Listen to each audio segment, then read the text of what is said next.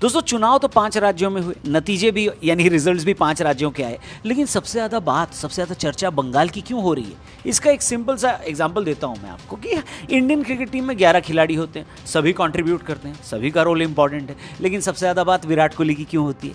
क्योंकि भाई उनको देखने में मज़ा आता है, वो जब ग्राउंड पर आते हैं तो अचानक से थ्रिल क्रिएट हो जाता है और उन्हीं की परफॉर्मेंस पर सबकी नज़र रहती है। क्यों? क्योंकि वो सबसे इंपॉर्टेंट खिलाड़ी माने जाते हैं इंडियन क्रिकेट टीम के।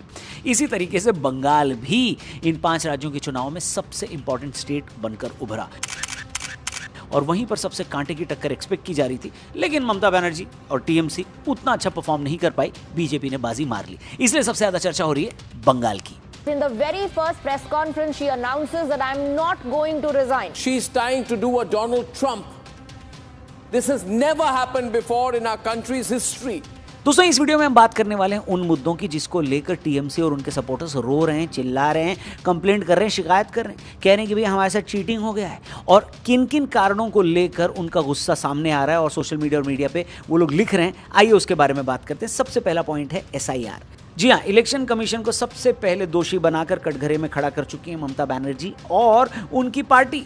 साथ ही टीएमसी के सपोर्टर्स का भी ये कहना है कि भाई SIR के प्रोसेस ने बीजेपी को फायदा पहुंचाया है और चुनाव आयोग की हरकतों ने बीजेपी को ये चुनाव जितवाया है। हमारा फाइट है इलेक्शन कमीशन का साथ, और अगर इलेक्शन कमीशन बेच जाए, अगर जुडिशियरी से कोई जस्टिस ना मिले, जबकि मैं आपको कई सारी ऐसी वीडियोस और बाइट्स दिखा सकता हूं जहां पर इनमें से कई सारे सो कॉल्ड एक्सपर्ट्स या इलेक्शन जीवी ही ये कहते हुए पाए गए थे कि SIR एक बढ़िया प्रोसेस है, इसको होते रहना चाहिए। और यहां पर जैसे ही टीएमसी चुनाव हारी, SIR गड़बड़ा गया और ये लोग पलट गए। ममता बनर्जी ने SIR को अपने पक्ष में कर, सबसे महत्वपूर्ण पक्ष था SIR। 27 लाख वोट कटे हैं। अगर इतना लोगों को लॉजिस्टिकल नाम पे निकाल दिया जाए, वन साइडेड इलेक्शन ऑफिसर लोग काम करे, स्विच ऑफ कर दे, ईवीएम मशीन कैप्चर करे।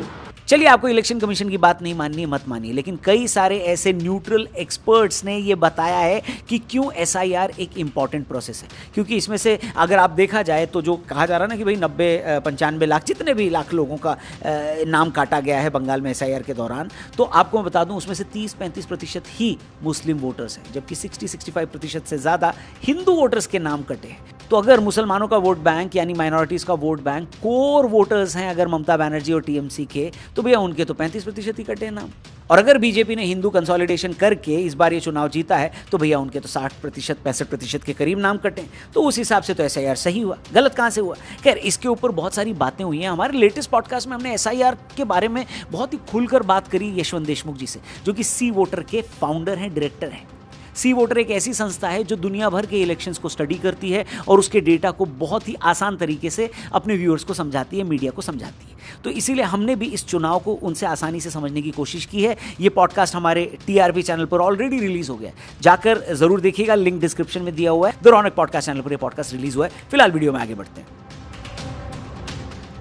एक और चीज़ जिसके बारे में बहुत ज़्यादा रोना धोना मच रहा है, स्पेशली बंगाल चुनाव को और उसके नतीजों को लेकर कि भैया एक्स्ट्रा फोर्सेस क्यों लगाई गई हैं बंगाल में इस बार चुनाव से पहले।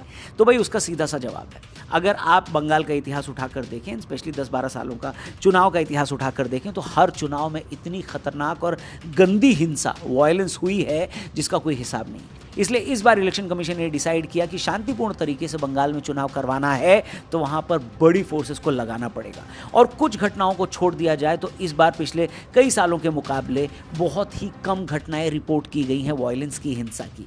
यानी ये एक ऐसी चीज़ है जिसको सब लोग अप्रिशिएट कर रहे हैं, सिवाय उस पार्टी के जो बंगाल में बुरी तरह हारी है। Directly with the help of CRPF and the election officers, they were threatening inside. I have seen. तो आप बताइए, अगर फोर्सेस को लगाकर हिंसा रोकी जा रही है, किसी की जान जाने से बच रहा है, किसी का घर फूकने से बच रहा है, तो ये सही कदम था या नहीं था? कमेंट करके आप जरूर बताइएगा। अगले पॉइंट पे बढ़ते हैं जिसके ऊपर बहुत ज़्यादा रोना धोना मचा है। वो ये कहा जा रहा है कि भैया बीजेपी ने बहुत ज़्यादा ताकत लगा दी, उनके सारे छोटे बड़े नेता बंगाल में मौजूद थे। कई ऐसे नेता थे जो कुछ हफ्तों से थे, कुछ कई महीनों से थे और कई तो 1-1.5 साल से बंगाल में अपना डेरा जमा कर बैठे थे और इसी वजह से बीजेपी जीती है। तो भैया इसका एक सिंपल सा लॉजिक है, पॉलिटिकल पार्टी है, वो कोई एनजीओ तो है नहीं। उनका एक सबसे सिंपल टारगेट होता है कि सत्ता में बने रहना, उसके लिए जो भी करना पड़े वो करती है। और जो बहुत ज़्यादा इंटेंसिटी के साथ करती है वो भैया ऐसे रिजल्ट लेकर आती है। इसलिए ये कहना कि भाई बीजेपी ने बहुत ज़्यादा मेहनत की, भाई आप भी कर लेते, इसमें क्या लॉजिक हुआ?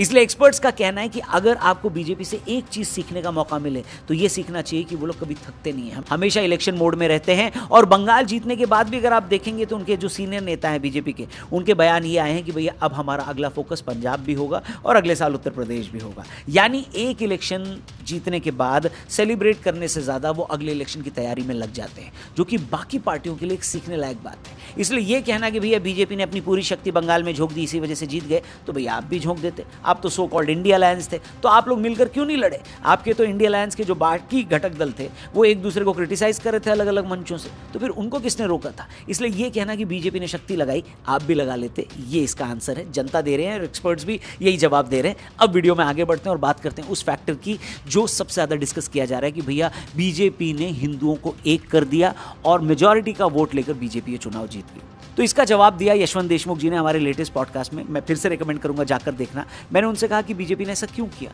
तो उन्होंने कहा इसको शुरू किसने किया? मुस्लिम अपीजमेंट को नेक्स्ट लेवल तक ले गई थी ममता बनर्जी और उनकी पार्टी, इसलिए हिंदुओं का ये रिएक्शन जायज था और उसी को फ्यूल दिया बीजेपी ने और बड़े अच्छे तरीके से अपने कैंपेन को अंजाम तक पहुंचाया और वो सारे वोटर्स को इकट्ठा कर लिया जो ममता बनर्जी से कहीं ना कहीं कई सारी चीजों से डिस्कनेक्टेड फील कर रहे थे। इसलिए उन सारे लोगों ने मिलकर बीजेपी को वोट दिया। इसलिए एक्सपर्ट्स का एक सजेशन ये होता है कि अगर आप मुस्लिम अपीजमेंट करते हैं तो करिए, अगर आप मुस्लिम के सपोर्ट वाली पार्टी बनना चाहते हैं, दिखना चाहते हैं तो दिखिए, लेकिन उस प्रोसेस को फॉलो करते करते एंटी हिंदू पार्टी मत बनिए, क्योंकि आज का जो भारत है, आज का जो इंडिया है, वहां पर आप प्रो मुस्लिम होकर चुनाव जीत सकते हैं, इसमें कोई दो राय नहीं, लेकिन आप एंटी हिंदू होकर चुनाव नहीं जीत सकते, इस बात की गारंटी है। और अब बंगाल के चुनाव ने इस बात पर मुहर लगा दी है कि जो भी पार्टी एंटी हिंदू या सनातन के खिलाफ बोलेगी उसका चुनाव जीतना बहुत ज्यादा मुश्किल हो जाएगा। आप इस बारे में क्या सोचते हैं कमेंट करके जरूर बताइएगा। लास्ट पॉइंट जिसके बारे में बहुत ज्यादा चर्चा हो रही है, कहा जा रहा है कि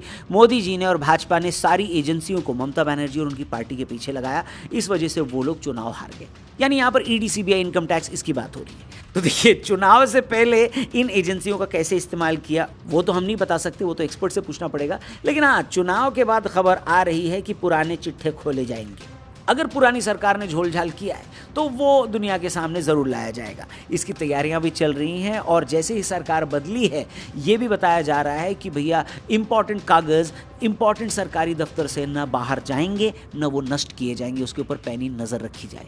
ये खबर भी पिछले दिनों बहुत ज़्यादा वायरल हुई है। यानी जो ये कह रहा है, इल्ज़ाम लगा रहा है जो टीएमसी के सपोर्टर्स हैं कि भैया एजेंसियों का गलत इस्तेमाल किया। देखो, एजेंसियों का गलत इस्तेमाल पहले किया है नहीं किया वो पता नहीं, लेकिन इन एजेंसियों का इस्तेमाल जांच के लिए आगे किया जा सकता है, इसकी गारंटी तो दिख रही है।